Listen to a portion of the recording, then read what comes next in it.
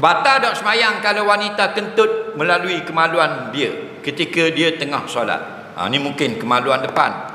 Dia kata orang puan kentut ke depan, dia panggil kentut parat, batal atau tidak semayang. Dia yang membatalkan wudu ada 4 perkara. Nombor 1, khuruju syai' min sabilaini, keluar sesuatu daripada kemaluan depan atau belakang. Laki-laki dia ada apa depan? Zakar Arab panggil. Orang putih panggil angry bird. Faham? Nampak? Jadi keluar sesuatu daripada angry bird, dari zakar, batal. Keluar kencing, batal. Keluar mazi, batal. Keluar darah, batal. Okey? Nampak?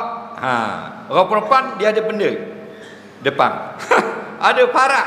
Lepas tu dia panggil unsa. Apa makna unsa? Apa makna perempuan? Man lahu farjun, manusia yang ada parak, namanya perempuan. Keluar sesuatu pada paraknya, batal. Keluar kencing pada parak, batal. Keluar darah istihadah pada paraknya, batal. Keluar air putihan meleleh dari paraknya, batal. Keluar kentut, batal. Nampak? Cuma orang perempuan ini keluar kentut daripada depan, dia ada 2 jenis kentut, kismani. 2 jenis kentut. Satu kentut perempuan depan tak batal, satu lagi kentut batal. Kentut mana perempuan yang batal? Angin keluar daripada pangkal rahim, daripada dalam pangkal rahim, rasa datang daripada dalam, keluar sampai di pintu parak, pum keluar, batal. Itu kentut yang membatalkan.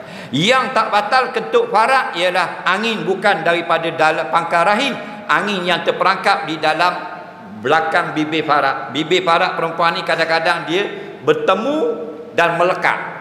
Dia kering, dia melekat. Bila dia gerak, dia naik motor, dia akak, pek bunyi. Macam kita main tiok. Ni tak batal wuduk ni, main tiok ni. Kadang-kadang main pek. Tak. Angin terperangkap dan dia lepaskan. Okey?